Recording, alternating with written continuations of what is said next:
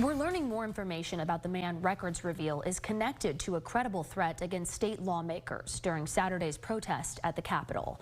An arrest affidavit we obtained says it was text messages to a friend that led to a tip to authorities. Thanks for joining us this afternoon. I'm Avery Travis. And I'm Will Dupree. The Fayette County Sheriff's Office released this photo today of the suspect, Robert Leroy Bowers, after he was booked into jail for a traffic offense. KXAN investigator Kelly Wiley is joining us now. She has been digging through these records. And Kelly, tell us, what did the arresting officer find after pulling Bowers over?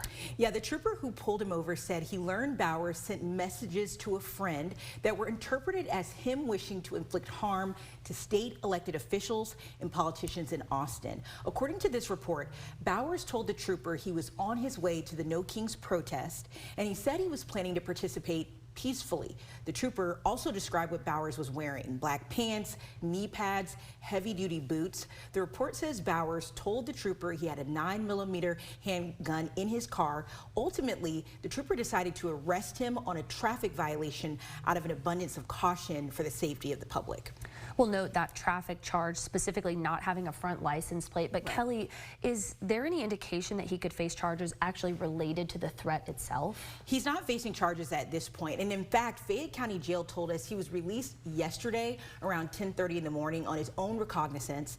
DPS told us at this time no charges related to this alleged threat against state lawmakers has been filed. But they did also add that the investigation is ongoing, because ultimately this had quite an impact at the Capitol and surrounding grounds, which DPS closed and evacuated hours before the protest.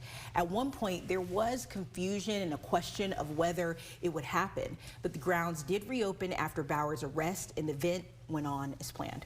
All of this is bringing up a lot of concerns with lawmakers, not just here at the statewide level, but nationally, about safety and maybe intimidation. What are some of our local lawmakers saying about all that?